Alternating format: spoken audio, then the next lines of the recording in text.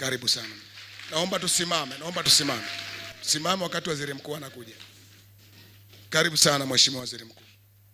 Makofi makubwa anapokuja waziri mkuu.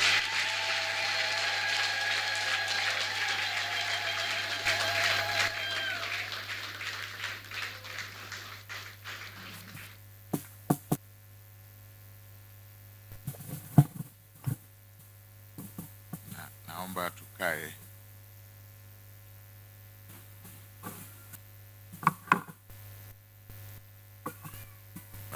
Bwana Yesu asifiwe. Bwana Yesu asifiwe.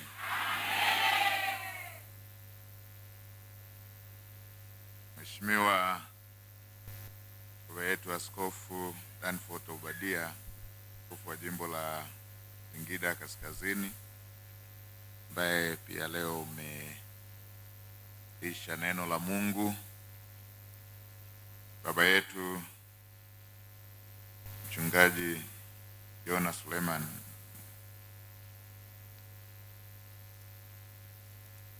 mchungaji wa kanisa la PAG hapa Kiomboi, mwenyeji wetu, baba yetu, ambaye kweli umekuwa rafiki yetu wa majira yote, tunakushukuru sana.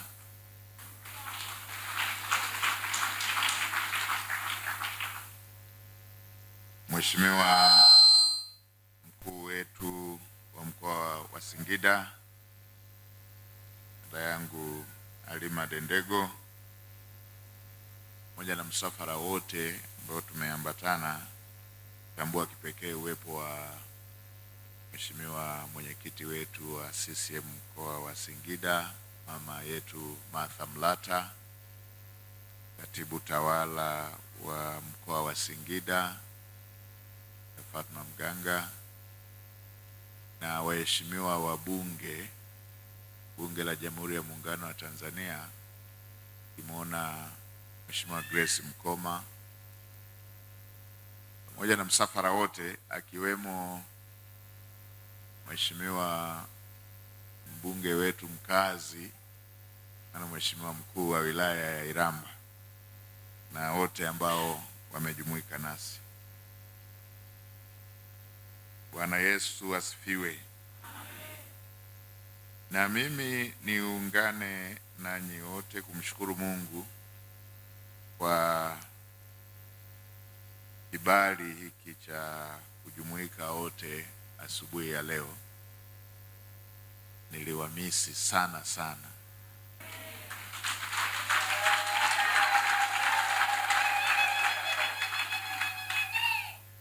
Na wakati naingia nikakuta pambio limepamba moto, nikawakonyeza wenzangu, nikawaambia haya si ndio mambo sasa.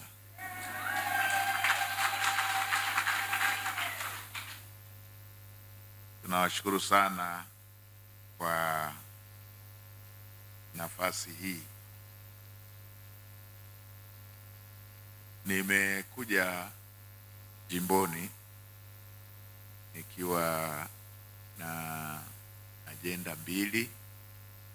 Moja ya kushukuru tangia uchaguzi upite, kawa nimepata majukumu haya na nikaanza na shughuli za maeneo mbalimbali. Sikuwa nimerudi kuja kushukuru. Kwa hiyo nikasema nimepata siku moja ya jana, lakini na ya leo baada ya ibada, sema basi pamoja na kwamba sitafanya ratiba zile nilizokuwa nikizifanya miaka yote za kuenda kushukuru kila kitongoji na pengine kila kijiji, basi angalau nifanye mkusanyiko mmoja kila tarafa. Jana nilifanya Shelui na Ndago, leo nitafanya hapa Kiomboi na Kinampanda. Lakini naamini kwa kuwa mmekuwa mkiniombea, mtajali sana kwamba sijaenda kila kijiji. Itakuwa imetosha hiyo shukrani kwa njia ya mikusanyiko au makuu yetu ya tarafa.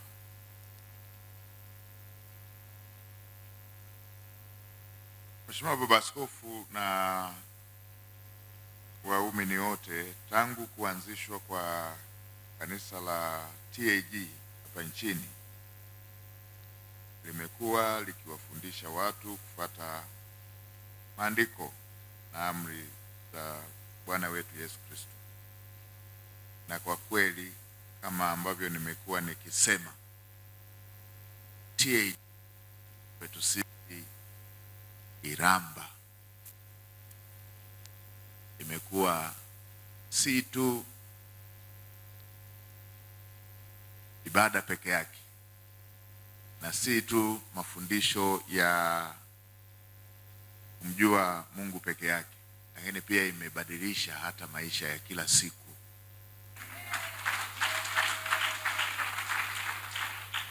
ya Wanairamba. Imekuwa shule nyingine kubwa sana.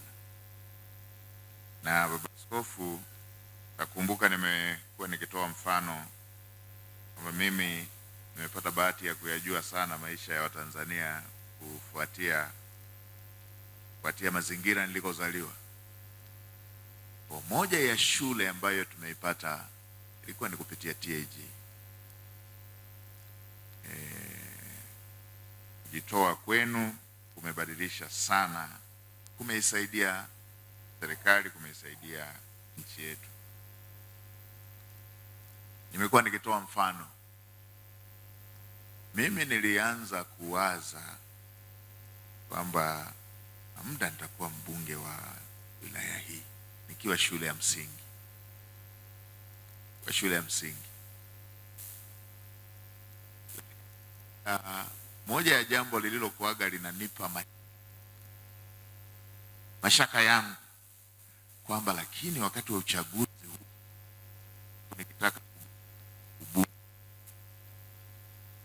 mashaka yangu ilikuwa kwamba haina Wanairamba hawatakumbuka kweli matendo ya wanakijiji hiki.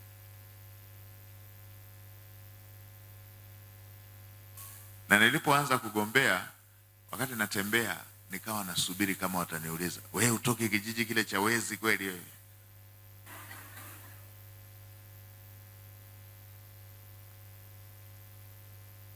Utoke kile kijiji kile cha na mambo ya ajabu ajabu kile?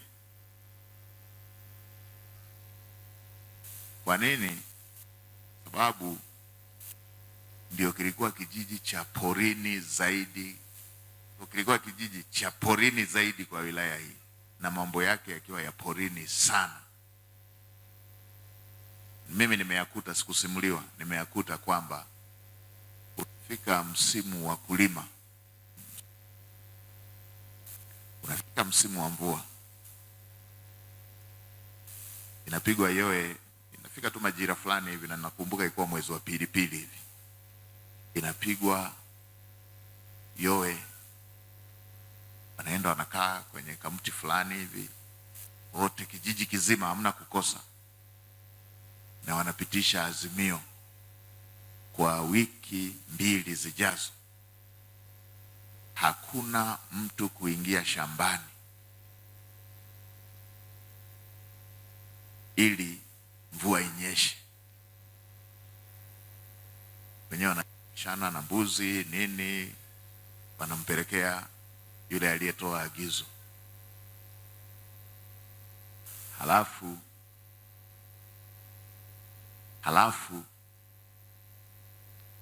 kijiji kizima wanaamrisha mpakwe na majivu hivi kwamba ili mvua inyeshe.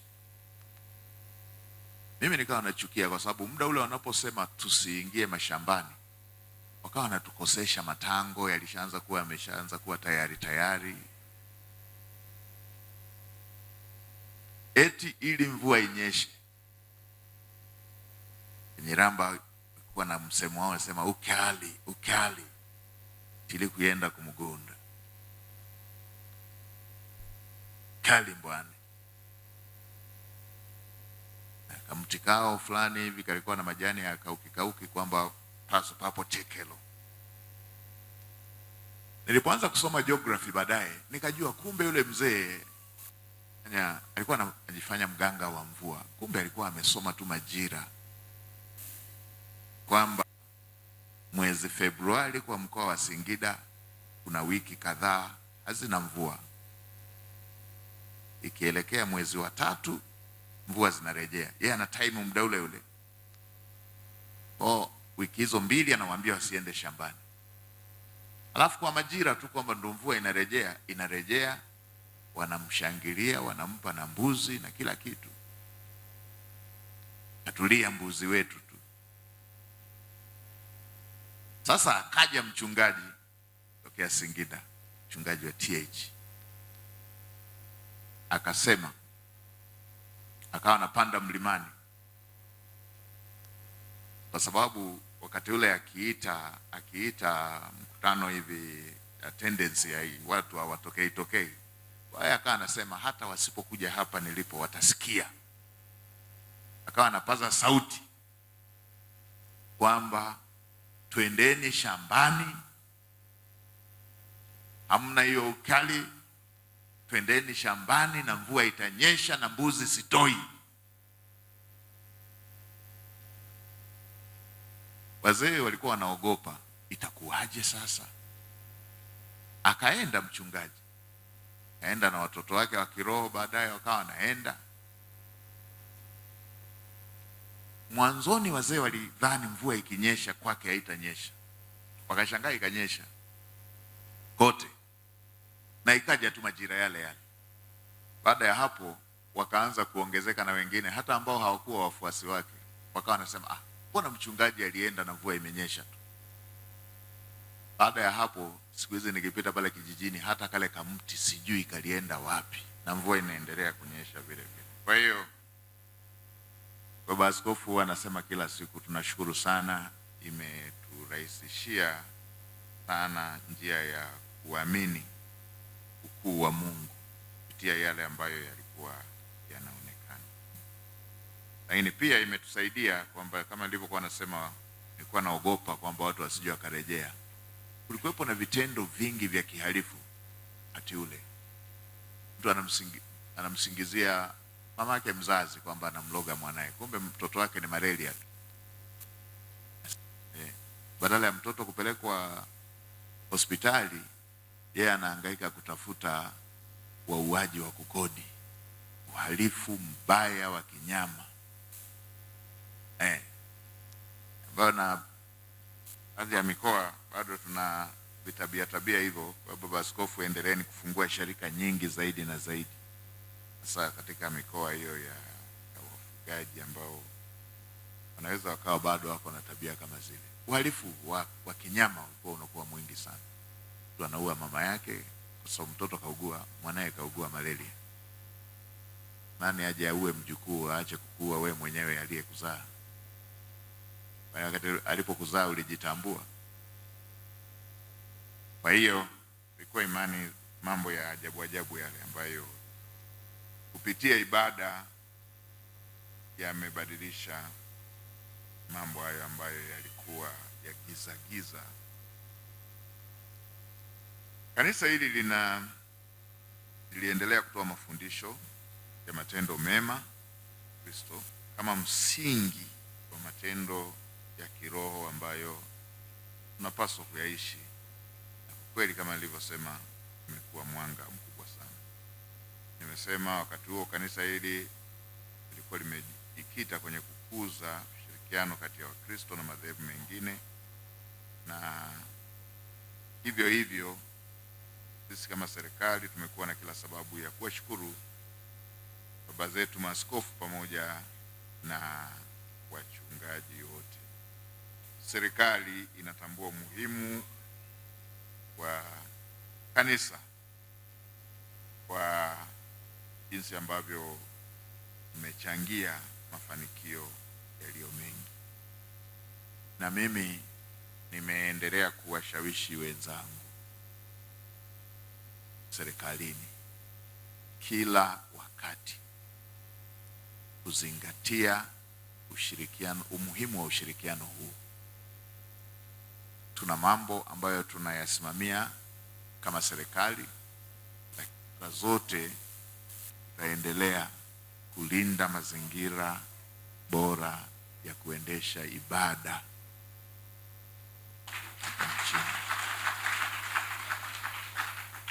Na bahati nzuri mimi nimepata fursa katika nyakati tofauti. Nimekuwa waziri wa mambo ya ndani ya nchi na nimekuwa waziri wa katiba na sheria, ambazo zote zinahusiana na usajili wa taasisi zetu hizi za ibada.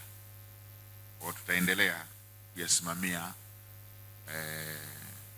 malengo haya mapana ya taasisi za kiimani ili muweze kufanya kazi yenu bila usumbufu. Tuna mambo tutayarejea. Nimewaambia wenzangu watafiti wayatafiti vizuri, ambayo kuna baadhi ya maeneo maelekezo ya sheria zetu yanakinzana na katiba za taasisi zetu. Kweli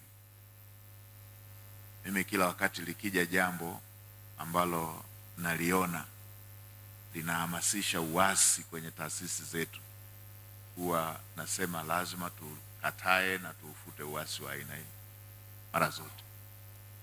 Na nitoe rai leo kwa waumini wenzangu hapa, lazima tuendelee kuheshimu mahali patakatifu pa ibada.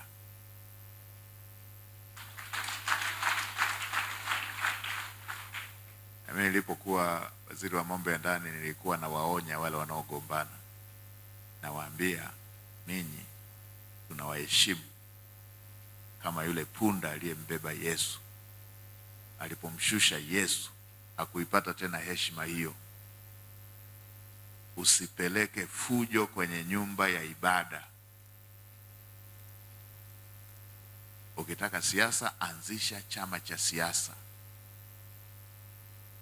Ukitaka siasa, anzisha chama cha siasa.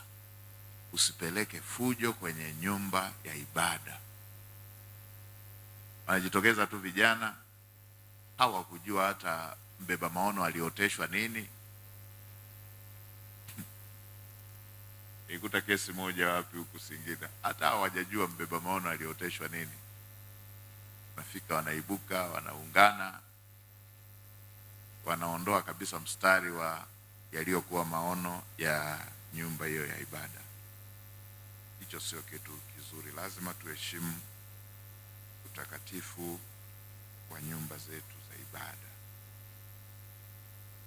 Serikali itaendelea kutambua na kuthamini kazi inayofanywa na kanisa letu la TAG, na kama nilivyosema, tutaendelea kuboresha kwa kupata maoni kutoka kwenu, kuweza kuona namna gani tutaendelea kuyatengeneza mazingira yawe bora ya kuendesha ibada zetu.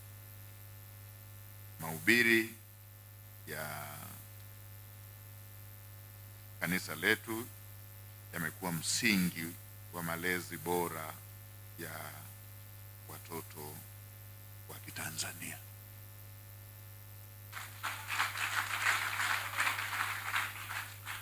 Natambua sababu nilikuwa nashiriki Kasfeta pia ikiwa sekondari. Hata wale wanafunzi wenye tabia mbaya sana, akiwepo karibu mwana Kasfeta, wataanza kuongea kwa kumumunya huku wakioneshana yuko hapo, kwamba mwana Kasfeta yuko hapo. Hiyo inaonesha ni namna gani misingi hiyo ambayo mnaijenga kwa watoto wetu inaheshimika. Watafanya ya papara, lakini wakimuona na mwana Kasfeta yuko karibu, wataoneshana kwamba usipaze sana sauti kwenye hayo tuliokuwa tunajadili, wa Kasfeta yuko hapa. Hiyo ni hatua. Ninatambua pia kazi ambazo kanisa linafanya katika kutoa mafunzo mbalimbali, na leo tumeelezewa katika taarifa iliyotoka kusomwa ambayo yanafanyika hapa wilayani kwetu. Ni mambo makubwa, mimi kama mbunge wa jimbo nishirikishe hayo, tutaendelea kuunga mkono, yakiwemo yale ya malezi ya watoto wetu wanaolelewa na kanisa. Na mimi nitamfikishia, ilikuwa tuambatane na mke wangu, tuko naye, lakini watoto wakawa wamechelewa kidogo katika maandalizi, basi tukaona tutaungana naye baadaye, na yeye huwa anashiriki sana kwenye jukumu hili la malezi. Nitamwarifu hii kazi njema mnayofanya ya malezi ya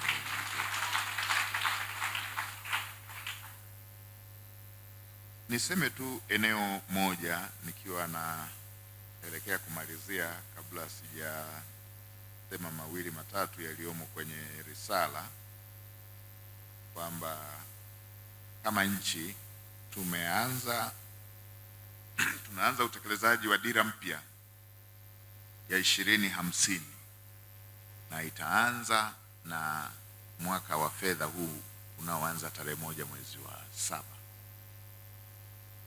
Kwenye dira tunahitaji ushiriki wa Watanzania wote ili tuweze kufikia malengo yale ambayo yamewekwa. Ni malengo makubwa sana, lakini tuna uhakika kwa nguvu ya pamoja kama Watanzania yanaweza kufikika.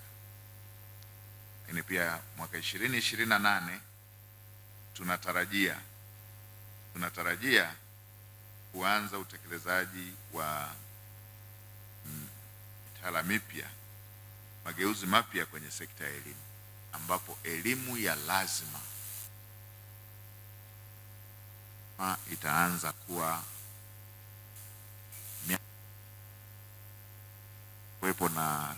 kuwepo na kile kinacho amemaliza shule ya msingi, elimu miaka 10.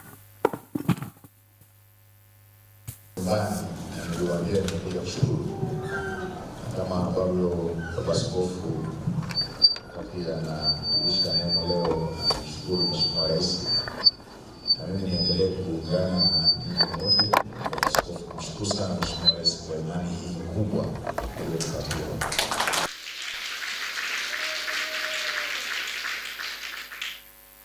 Mheshimiwa Rais ametuandikia ramani ya wilaya yetu ndani ya nchi na ndani ya Afrika na dunia kwa ujumla kwa wino uliokolea. Kwanza aliniteua kuwa waziri wa fedha, jambo ambalo lilikuwa kubwa sana kwa kumbukumbu ya wilaya yetu. Na la pili, amekuja kuniamini katika nafasi ya waziri mkuu, ambayo na yenyewe ukweli ni imani kubwa. Naendelea kumshukuru, na alinituma niwasalimie Wanairamba wote.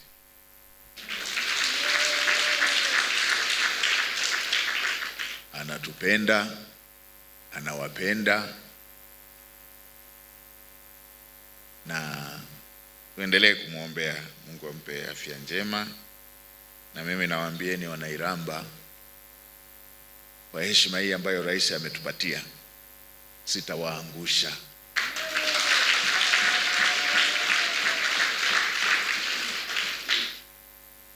Bahati nzuri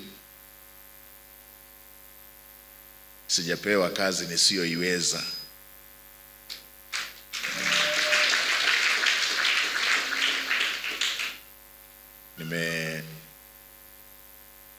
Nimezaliwa Tanzania, nimekulia Tanzania, na yajua maisha ya Mtanzania mmoja mmoja, na yajua maisha ya Watanzania.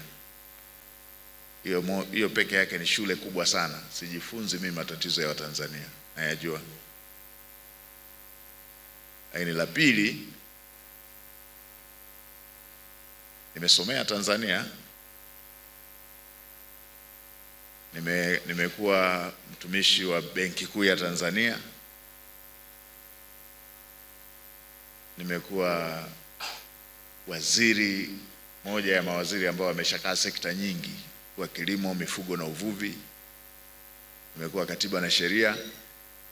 Nimekuwa mambo ya ndani ya nchi. imekuwa Wizara ya Fedha, na kwa waziri wa fedha katika muda ambapo dunia nzima ilikuwa inapita kwenye mtikisiko na nchi yetu haijawahi kuyumba chini ya uongozi wa Daktari Samia Suluhu Hassan. Kwa ndugu zangu wanairamba, ukiona huyu anaandika haka, huyu mwingine anaandika haka, huyu mwingine anasema haka, wala wasiwatishe. Hao ni watu ambao wamenifahamia ukubwani, yani wananifuatilia hivi juzi.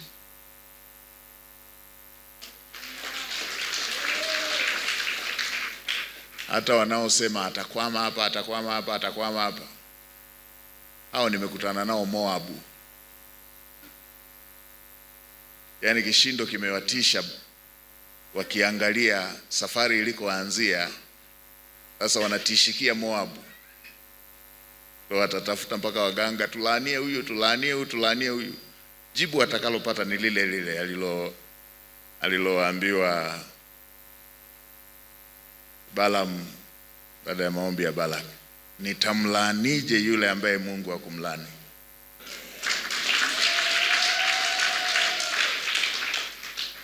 Nitamshutumuje yule ambaye Mungu hakumshutumu? Ndio utakuwa unasikia hivi, mbona anatatua kero ndogo? Haki, hamna haki iliyo ndogo na kubwa. Haki ni haki. Haki ni haki. Haki ni haki. Hamna haki kubwa na haki ndogo. Haki ni haki. Anayestahili haki apewe haki yake, na serikali inawajibika kusimamia haya. Serikali ina wajibu wa kusimamia uwajibikaji ndani ya jukumu hilo liko kwa waziri mkuu. Watasimamia hayo yote. Kama Mfalme Suleiman ambaye tunaamini alibarikiwa hekima nyingi sana na maarifa, alisimamia lile la ugomvi wa mtoto.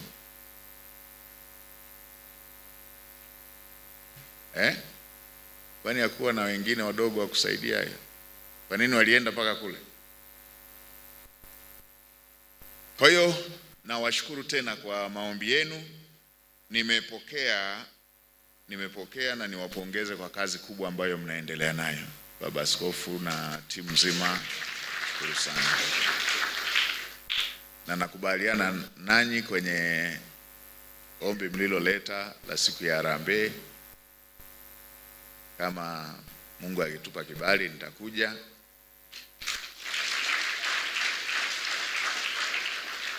Nikiwa nimetumwa majukumu mengine, lakini sitawaacha hivyo. Tapata uwakilishi ili kazi iendelee.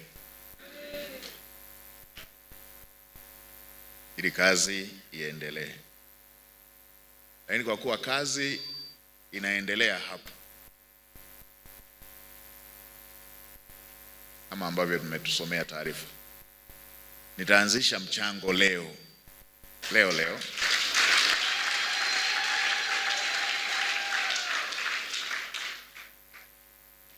Na nitawatafutia michango na mingine.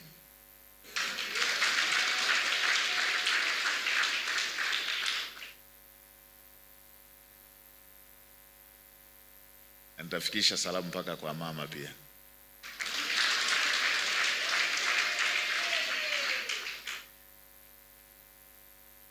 Kwa hiyo kwa leo nitawaanzishia mchango kwa shilingi milioni 15.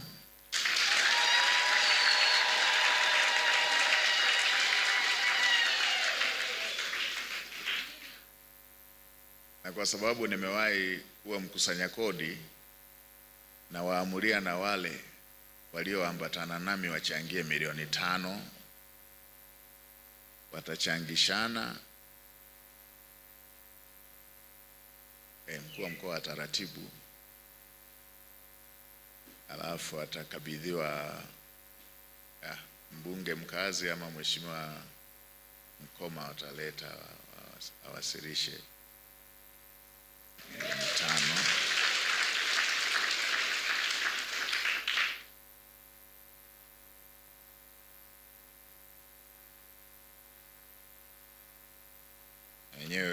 Na wenyewe wasikose baraka hizi, sababu atasema wewe ulipata nafasi ya kuongea, sisi hatukuongea. Basi tumewakadiria hivyo, watapeana na wenyewe. Kwa hiyo kwa leo msafara wetu utaanzia na hiyo milioni 15 ambayo ni na 5 ya msafara, lakini na mwingine yeyote ambaye anawiwa kuunga mkono basi ataunga mkono. La mwisho, Baba Askofu, japo si kwa umuhimu, nashukuru kwa zawadi ambazo umetupatia. Asanteni sana sana wote, tunashukuru sana.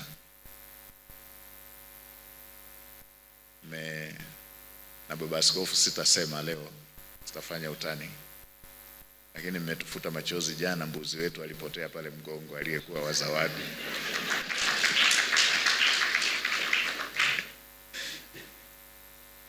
Akiwa ameshafika mpaka pale mkutanoni. Kwa ndugu zangu, asanteni sana. Songele zigizigi, mukembe tuwe taitai.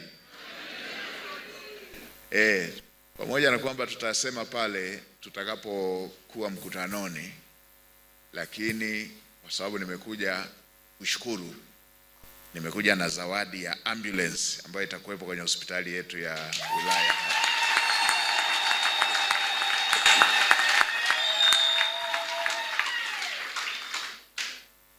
Lakini pia mwaka wa fedha unaoanza tutajenga daraja letu mbele ya hospitali kuelekea kata zetu za bondeni huko.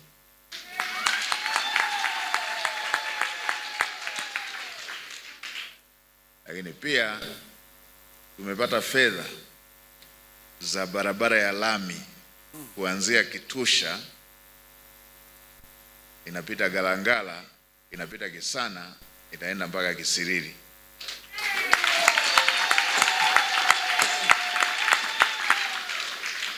Na kuanzia hapa Kiomboi kwenda mpaka Kisiriri wanaendelea na upembuzi yakinifu, na kwenyewe iwe lami. Huku na kwenyewe utakuwa mzunguko, tutakuwa tunachagua. Lakini la mwisho, japo sio kwa umuhimu, japo tutasema pale, tutaleta chuo kikuu.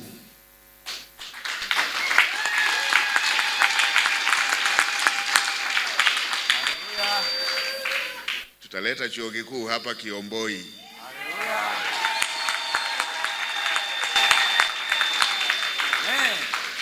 Na kwa kuanzia tunatarajia campus ianze na wanafunzi 10,000.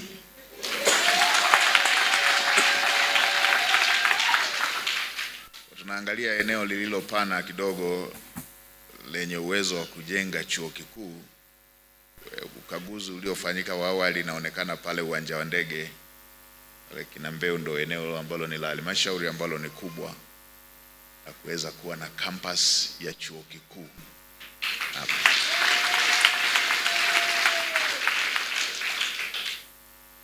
Kwa hiyo mji wetu utaamka.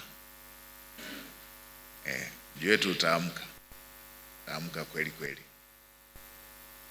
Utaamka kweli kweli. Na ile kauli yetu ya ile Ambankulu kukile Tanzania ina basi. Kwa mara nyingine asanteni sana, nashukuru sana kwa nafasi. Baba Askofu nashukuru sana, babangu nakushukuru sana, na nyote kwa jumla asanteni sana.